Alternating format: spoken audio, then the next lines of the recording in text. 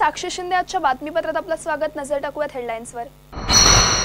आघाडीतील जागा वाटपांचा तिढा सुटला, लोकसभेसाठी काँग्रेसकडून उमेदवारांची यादी तयार। रोजगार सेवकाला लाच घेताना पकडले, गोंदिया लाचलुचपत प्रतिबंधक विभागाची कारवाई।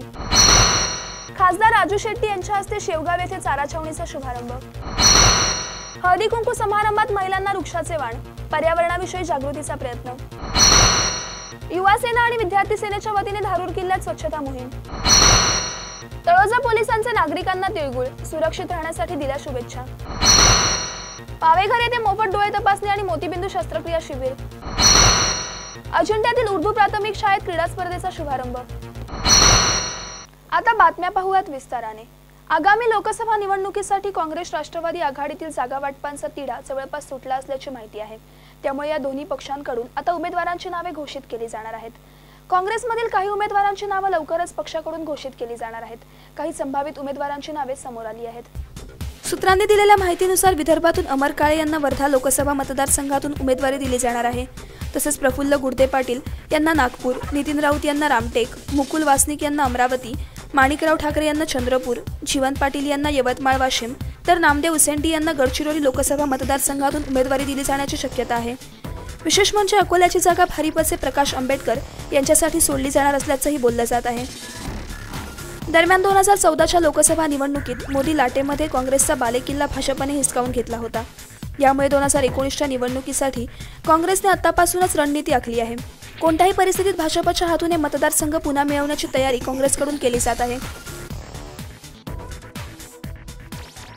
ब्युरो रिपोर्ट, संवाद मराठी लाईव्ह, मुंबई। जनावरांचा गोठा मंजूर करून देण्यासाठी लाभार्थ्यांच्या मुलाकडून 7,000ची लाच घेणाऱ्या तिरोडा तालुक्यातील सिल्ली ग्रामपंचायतीच्या रोजगार सेवकाला गोंदिया लाचलुचपत प्रतिबंधक विभागाने रंगेहात पकडले। योगराज पटले असे लाचखोर रोजगार सेवकाचे नाव आहे।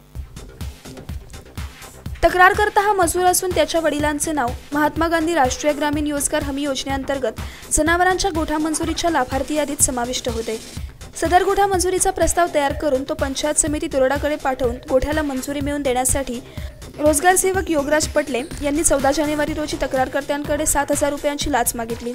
तक्रारकर्त्यांकडून 7,000 रुपयांची लाच स्वीकारताना पटले यांना रंगेहात पकडले। सदर कारवाई नागपूर एसीबीचे पोलीस अधीक्षक श्रीकांत तिवारे यांच्या मार्गदर्शनाखाली पोलीस उपअधीक्षक रमाकांत कोकाटे, सहाय्यक फौजदार दिवाकर भदाडे, हवालदार राजेश शेंद्रे, रणजित बिसेन, दिगंबर जाधव, नितीन रांगडाले यांनी केली। राजेश कुमार तायवाडे, संवाद मराठी लाईव्ह, गोंदिया। अहमदनगर जिल्ह्यातील शेवगाव येथे चारा छावणीचे उद्घाटन संपन्न झाले।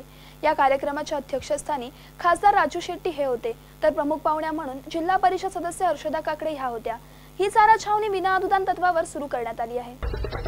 स्वाभिमानी शेतकरी संघटनेचे शेवगाव तालुका अध्यक्ष दत्ता फुंदे यांनी 2 एकर ऊस, तर संतोष गायकवाड यांनी 20,000 रुपये रोख रक्कम देणगी म्हणून जमा केली।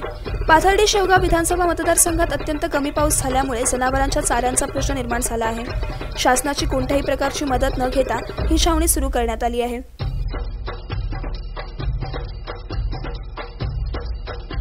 सुनील नजन, संवाद मराठी लाईव्ह, पाथर्डी, अहमदनगर।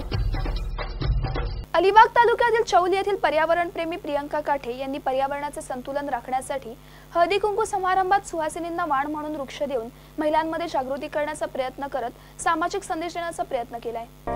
नव्या वर्षात येणारा पहिला सण मकर संक्रांत। मकर संक्रांत विशेष करून सुहासिनींचा सण म्हणून ओळखला जातो। याच दिवशी सुहासिनी हळदी कुंकू समारंभ करतात, एकत्र येतात। मात्र धावपळीच्या युगात अनेक महिलांना सण साजरा करणे शक्य होतेच असे नाही। काही महिला प्लास्टिकचा वापर करतात, प्लास्टिक वस्तू वाण म्हणून देतात। याला फाटा देण्याचा प्रयत्न काठे यांनी केलाय। धावपळीच्या युगात अनेक महिलांना सण साजरा करणे शक्य होतेच असे नाही। झाल्यास काही महिला प्लास्टिकचा वापर करून सुहासिनीला वाण म्हणून देतात। या छोट्या छोट्या गोष्टीतून सुद्धा पर्यावरणाचे संतुलन बिघडते। त्याच गोष्टीचा ध्यास घेऊन मी सुहासिनीला वाण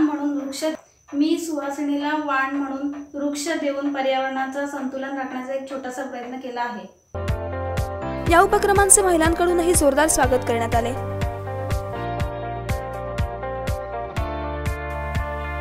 मिथुन वैद्य, संवाद मराठी लाईव्ह, अलिबाग। बातमीपत्रात वेळ झाली छोट्याशा विश्रांतीची। कुठेही जाऊ नका, पाहत राहा संवाद मराठी लाईव्ह। श्री गणपती संस्थान महड, तालुका खालापूर, जिल्हा रायगड। श्री वरदविनायकाच्या भक्तांसाठी भक्त निवासाची सोय, स्वच्छता आणि 24 तास गरम पाणी, सीसीटीव्हीची नजर। आगाऊ नोंदणीसाठी संपर्क करा 02192 26 69 12 72 76 47 38 54। विश्रांतीनंतर बातमीपत्रात आपलं पुन्हा एकदा स्वागत। पाहूयात उर्वरित घडामोडी। धारूर तालुक्यातील युवासेना आणि युवासेना प्रमुख आदित्य ठाकरे यांच्या संकल्पनेतून महाराष्ट्रात गड किल्ले संवर्धन आणि स्वच्छता मोहिमेअंतर्गत बीड जिल्ह्यातील धारूर येथील किल्ल्याची स्वच्छता मोहीम युवासेना आणि विद्यार्थी सेना यांच्या वतीने राबवण्यात आली। यावेळी किल्ल्यातील अनेक भागात स्वच्छता करण्यात आली। अनेक तरुणांनी यावेळी सहभाग घेत तसेच विविध घोषणा देत किल्ल्यात साफसफाई केली।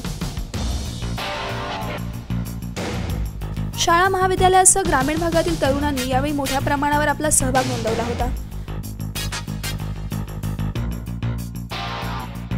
हरिभाऊ मोरे, संवाद मराठी लाईव्ह, धारूर, बीड। मकर संक्रांती सणानिमित्त तळोजा पोलीस ठाण्याच्या वतीने हद्दीतील सार्वजनिक ठिकाणी जाऊन उपस्थित नागरिकांना एकत्र करून गुन्ह्यांना प्रतिबंध होण्यासाठी घ्यावयाच्या खबरदारीबाबत सूचना देत तिळगुळ देऊन सुरक्षित राहण्यासाठी शुभेच्छा दिल्या। मकर संक्रांतीच्या अनुषंगाने तळोजा पोलीस ठाण्याचे वरिष्ठ पोलीस निरीक्षक अजय कुमार लांडगे यांच्या मार्गदर्शनाखाली तळोजा MIDC आणि परिसरामधील कारखान्यांमध्ये काम करणाऱ्या कर्मचाऱ्यांना तिळगुळ देण्यात आले। नवी मुंबईचे पोलीस आयुक्त संजय कुमार यांनी पोलीस आणि लोकांचा संवाद अधिक वाढवण्यास प्रत्येक पोलीस स्टेशनला सांगितले। मनोज भिंगारडे, संवाद मराठी लाईव्ह, पनवेल। समर्थ नेत्रालयाच्या डॉक्टर विशालाक्ष शेडबाले यांच्या पुढाकाराने वावेघर येथे मोफत डोळे तपासणी आणि मोतीबिंदू शस्त्रक्रिया शिबिराचे आयोजन करण्यात आले होते। या शिबिरात अनेकांनी सहभागी होऊन लाभ घेतला। डोळे तपासणी शिबिरात अत्याधुनिक कम्प्युटरद्वारे 100 पेक्षा जास्त नागरिकांची डोळे तपासणी करण्यात आली। यावेळी मोफत आय ड्रॉप वाटप करून सवलतीच्या दरात चष्मे वाटप करण्यात आले। डोळे तपासणीत ज्या नागरिकांना मोतीबिंदू आजार आढळला अशा रुग्णांवर सवलतीच्या दरात दुर्बिणीद्वारे बिनटाक्याची मोतीबिंदू शस्त्रक्रिया करण्यात येणार असल्याचे डॉक्टर विशालाक्ष शेडबाले यांनी बोलताना सांगितले।